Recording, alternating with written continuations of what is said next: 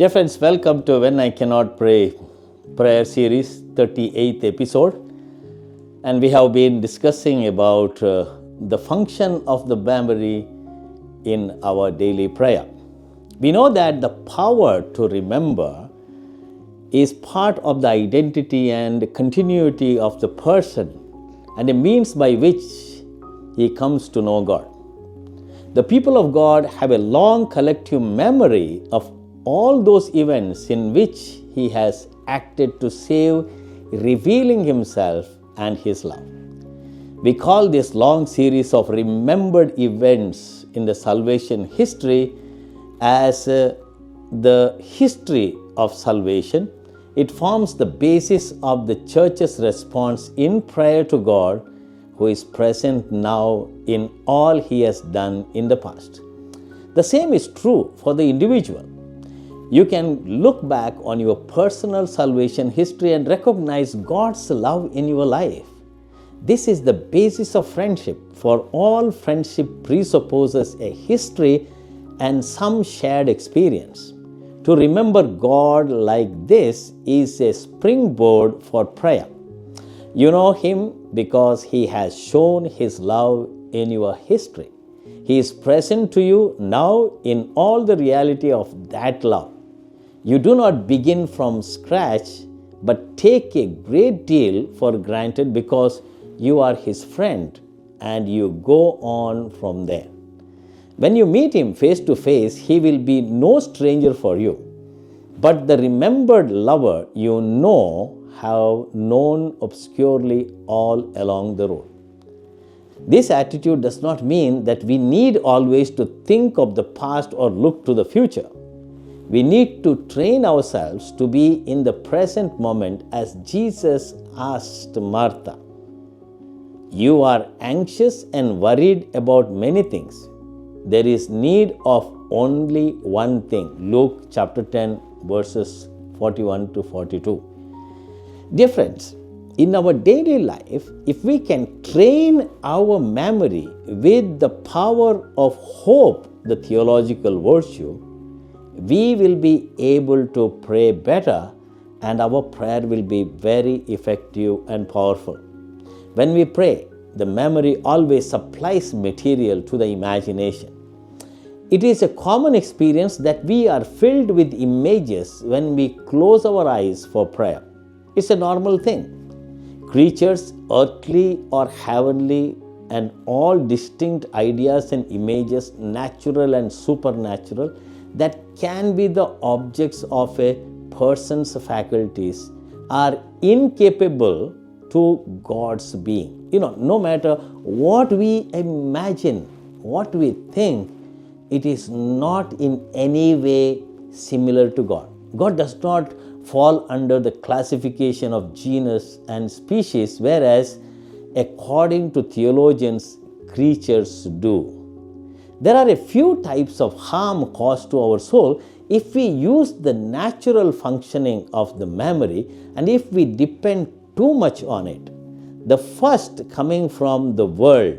This involves the subjection to many evils arising from this knowledge and reflection, such as falsehoods, imperfections, appetites, judgments, loss of time, and numerous other evils, engendering many impurities in our soul. Manifestly, spiritual persons allowing themselves this knowledge and the reflection will necessarily be victims to many falsehoods. Often, the true will appear false and the certain doubtful, and vice versa, since we can hardly have complete knowledge of a truth. These persons free themselves of this if they darken their memory to all knowledge and reflection. That is what Saint John of the Cross says in the Ascent of Mount Carmel, Book 3, Chapter 3, Paragraph 2. The second kind of positive harm possible from knowledge in the memory is due to the devil. We understand that the evil one, he has tremendous influence in the soul by this means. For he can add to its knowledge others' forms, ideas, reasoning, and by means of them move it to pride, avarice, anger, envy, etc., and instill unjust hatred, vain love, and many kinds of delusions. Moreover, he usually so impresses images on the fantasy, as we have discussed, that the false ones seem true and true ones false. Ascent of Mount Carmel, Book 3, Chapter 4, Paragraph 1. The third kind of harm comes from many apprehensions of the memory. We observe that as often as a person begins to think about some matter, he or she is moved and aroused about it according to the kind of apprehension. If the apprehension is bothersome and annoying, he or she feels sadness or hatred, etc. If agreeable, he or she will experience a desire and joy, etc. Ascent of Mount Carmel, Book 3, Chapter 5, Paragraph 2. Unless we silence our memory, we will not be able to pray. How can we succeed in silencing the memory? The memory can only be silenced through hope. This is the theological virtue. How to do it in practice? Each day, when we come for prayer, our mind is filled with all disturbing images and thoughts. Perhaps a person, a place, a thing, a gesture, a garden, a part of a movie, all this can be continually screened on the mind. This is what the memory does during prayer with the help of imagination and fantasy. Now, we need to take note of all these images that disturb us. At times, we need to consciously examine them. If the memory projects a person, then stop and examine the person. Why does that person come to my mind? Does that person come because of love, kindness, goodness, beauty, or due to jealousy, anger, hatred, lust? When we know exactly why the image of the person comes to our mind during prayer, we are in a position to have some control. When we are able to control, slowly we are able to turn our mind to prayer. We can pray for various needs of that person or just to lead the person to God. This way, we are able to control our memory and direct it to God. This is what concretely we mean by hope. Hope never discourages us but fills us with various possibilities to overcome the present distraction and make it a possibility to praise and thank God. When memory is actively emptied or disposed for God, there is a deep sense of spiritual repose and quietude. In addition to the tranquility we naturally enjoy, freedom from care about distinguishing the good from the evil, and above how we ought to behave with different kinds of situations and people. Finally, we would be absolved from the drudgery and waste of time that would result from desiring spiritual masters, both to discern the good apprehensions from the evil ones and to ascertain the kind of apprehension received.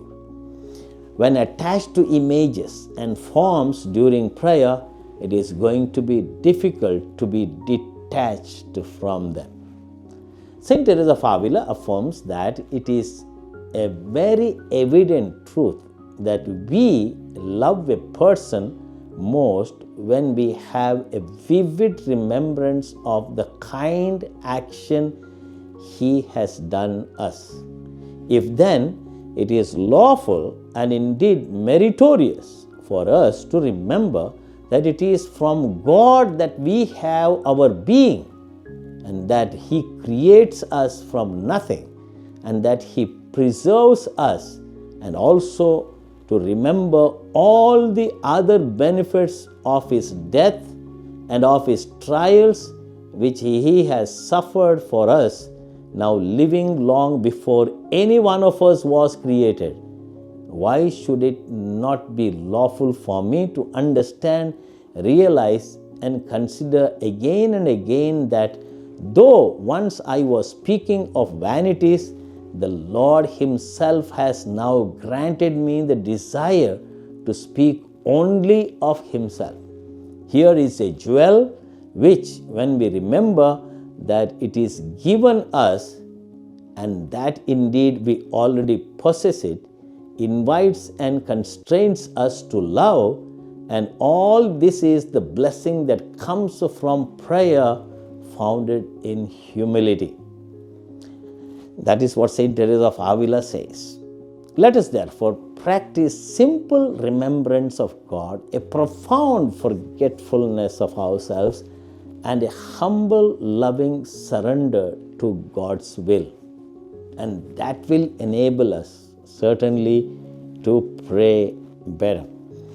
Dear friend, when we speak of prayer, there are such a lot of intricacies to understand, but we should not consider prayer is very complicated. I have been telling you so many things. A lot of things we need to know. It is something like when you begin to drive a car for the first time, you find it so difficult, complex, and at times you might think that it is impossible to drive a car. But once you really know how to drive a car, then everything happens automatically. You don't need to give much attention to what you are doing. You have the brake, you have the steering, you have the mirrors, the rear mirrors, and you have the vision, and you simply drive the car and you enjoy driving the car. And plus, while driving the car, you can do a lot of things like listening to music or listening to talks. It becomes so easy to drive a car. But at the beginning, it is always difficult for us to give attention to many details of the car. And once you are well integrated into driving the car, it is easy as taking our food. So in the same way, I have told you so many things, and in this talk and the previous talk, I have spoken a lot about memory. Don't be embarrassed or confused. These are the things that we can understand. Once we understand them, apply our mind to eliminating the images and forms and ideas during prayer, our prayer becomes very, very fruitful, enjoyable, and enriching. Therefore, dear friends, let us give a try. As I told you, prayer is not just saying things, uttering vocal prayers. No, we need to go deeper into our hearts, deeper into our being, deeper into ourselves, and discover the various dynamics of our whole person. And then we open ourselves completely to God in that real moment of prayer. 10 to 15 minutes every day, if we can dedicate, then over days and weeks and months and years, you become an expert. Not to tell to others that you are an expert practitioner of prayer. Prayer must be lived, and the fruits of prayer must be visible in our daily life. I don't say that I have achieved that. I have knowledge to share with you. And you pray for me, I pray for you. Let our prayer become really fruitful and helping us to get ourselves united with God and to one another.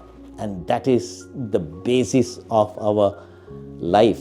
That is, love God with all your heart, with all your soul, with all your mind and strength, and love your neighbor as you love yourself. God bless you.